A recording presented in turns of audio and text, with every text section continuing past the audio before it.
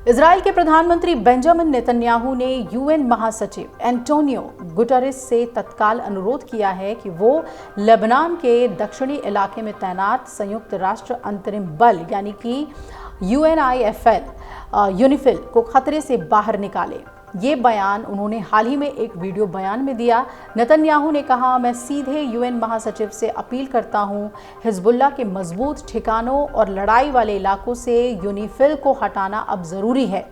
Netanyahu ने इस पैगाम को अंग्रेजी में भी दोहराया, महाशय महासचिव, यूनिफिल बलों को खतरे से बाहर निकालिए, ये तुरंत किया जाना चाहिए।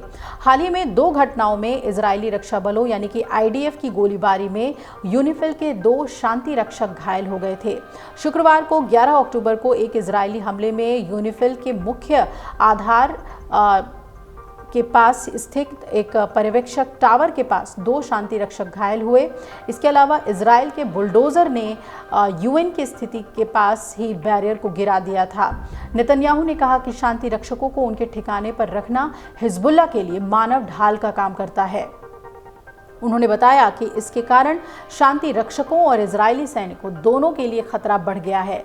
अमेरिका और यूरोपीय देशों ने इजरायल से अपील की है कि शांति रक्षकों को सुरक्षित रखने के लिए ज़रूरी कदम उठाए जाएं।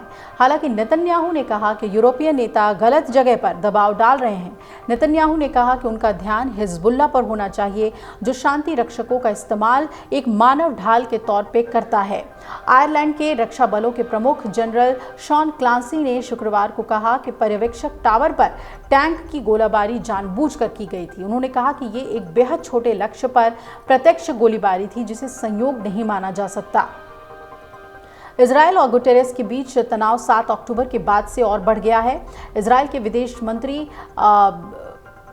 इसराइल काट्ज ने हाल में ही गुटेरेस के प्रति अवांछनीय व्यक्ति उन्हें घोषित किया और उन्हें इजरायल में प्रवेश करने से रोकने का ऐलान किया। एक पोल के मुताबिक 87% इजरायली जनता इस फैसले का समर्थन करती है। वहीं भारत ने पहली बार लेबनान पर इजरायल के एक हमले के खिलाफ संयुक्त राष्ट्र के बयान का समर्थन किया है। भारत ने लेबनान में संयुक्त राष्ट्र अंतरिम बल यानी कि यूनिफिल में योगदान देने वाले देशों के उन संयुक्त बयान का समर्थन किया है जिसमें लेबनान में संयुक्त राष्ट्र शांति सेना पर हाल में हमलों की कड़ी निंदा की गई है। इसमें कहा गया है कि ऐसी कार्रवाइयां तत्काल रोकी जानी चाहिए। शुरुआत में संयुक्त बयान पर 34 देशों ने हस्ताक्षर किए थे। हाल के दिनों में यूनिफिल के कम से कम 5 शांति सैनिकों के घायल होने के बाद ये बयान आया है। भारत का उल्लेख इस बयान को लेकर शुरू में हस्ताक्षरकर्ताओं में नहीं था। बावजूद इसके भारत ने कहा कि वो संयुक्त राष्ट्र के बयान से पूरी तरह सहमत है। संयुक्त राष्ट्र में भारत एक स्थायी मिशन ने एक्स पर एक पोस्ट में कहा, सैन्य योगदान देने वाले एक प्रमुख देश के रूप में भारत 34 यूनिफिल सैन्य योगदान देने वाले देशों द्वारा जारी संयुक्त बयान के साथ पूरी तरह से सहमत है।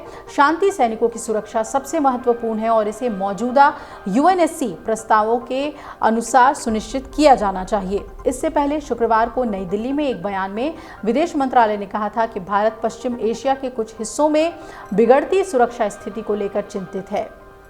शुरुआत में बांग्लादेश, ब्राजील, चीन, फ्रांस, इटली, स्पेन, श्रीलंका और ब्रिटेन समेत 34 देशों ने संयुक्त बयान पर हस्ताक्षर किए थे और भारत ने जो बयान दिया गया संयुक्त राष्ट्र की तरफ से उसका समर्थन किया है।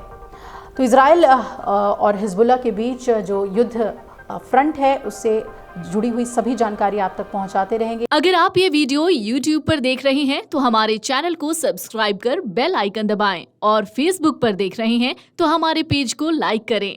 8 मिलियन प्लस सब्सक्राइबर, आपके इस भरोसे के लिए बहुत धन्यवाद।